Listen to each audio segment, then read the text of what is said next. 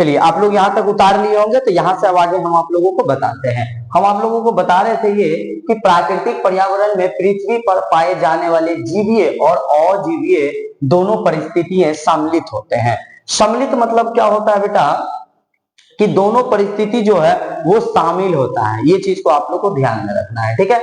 अगली पॉइंट है हमारा जो इंपॉर्टेंट पॉइंट है, वीवीआई पॉइंट जो होता है वो है मानव पर्यावरण में मानव की पारस्पर जो होता है क्रियाएं, उनकी गतिविधियां, उनके द्वारा बनाई गई रचनाएं सम्मिलित होती है। मानव पर्यावरण में देखिए क्या होता है, मानव के द्वारा जो पारस्परिक क्रिया होती है, उनकी जो गतिविधि होती है, उनके द्वारा जो बनाए गए रचनाएं होते हैं वो सम्मिलित होते हैं, मतलब वो क्या होते हैं, शामिल होते हैं, ठीक है। अगला है इंपॉर्टेंट, आपको क्या है, इधर चले आते हैं, लिखा हुआ है कि प्राकृतिक पर्यावरण, प्राकृतिक पर्यावरण में शामिल क्या सब होते हैं और किन से बने होते हैं, किन से बनकर पर्यावरण बनता है। तो वो देखिए हमारा भूमि है, जल है, वायु है, पेड़ पौधे हैं एवं जीव जंतु, इन सभी से मिल करके क्या होता है, पर्यावरण बनता है। क्या बनता है बेटा, पर्यावरण बनता है, ठीक है। तो प्राकृतिक पर्यावरण कितने होते हैं, तो 4 होते हैं, स्थल मंडल, जल मंडल, वायुमंडल और जैव मंडल होते हैं।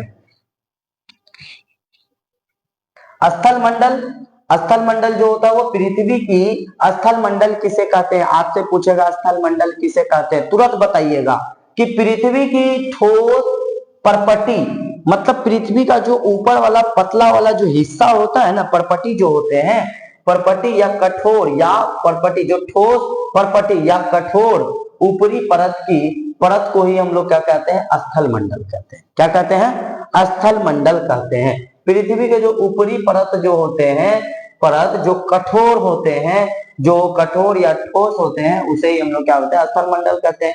जैसे कि यह जो है चट्टानों एवं खनिजों से बना होता है।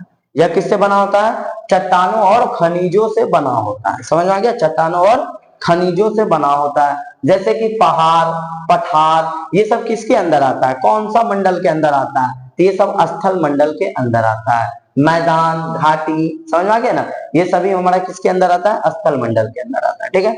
उसके बाद है आपका अगला, आपका क्या है, इधर आ जाते हैं, यहाँ पर दूसरा क्या है, जल मंडल। दूसरा क्या है बेटा, जल मंडल। क्लास चल रहा है ना, चलिए अगला है जल मंडल। जल मंडल किसे कहते हैं, तो जल के क्षेत्र को जल मंडल कहते हैं।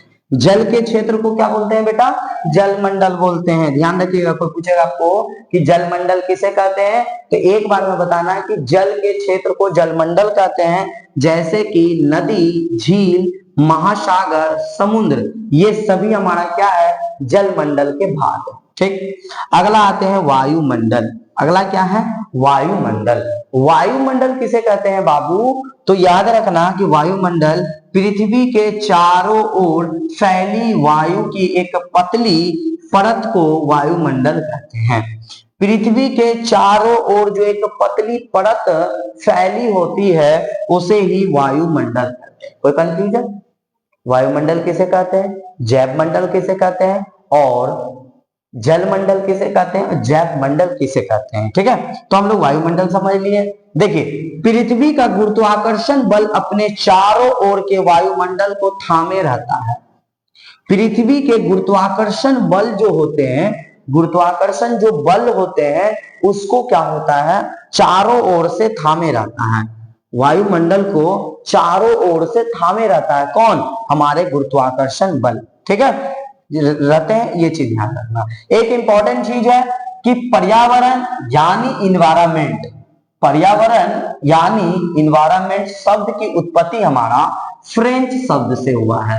याद रखिएगा, पर्यावरण का जो शब्द है, उत्पत्ति जो हुआ है वो फ्रेंच शब्द से हुआ है। कौन शब्द से हुआ बेटा, फ्रेंच शब्द से हुआ है। फ्रेंच शब्द से इन्वायरोनेर या इन्वायरोनेर से हुई, जिसका अर्थ होता है पड़ोस, जिसका अर्थ होता है पड़ोस होता है। क्या होता है, पड़ोस होता है, ये ध्यान रखिएगा। तो ओवरऑल आपको हम आज पहला चैप्टर पर्यावरण का आपको पूरा लेक्चर और जो इसका इंपॉर्टेंट थ्योरी था उस थ्योरी को हमने लिखाया।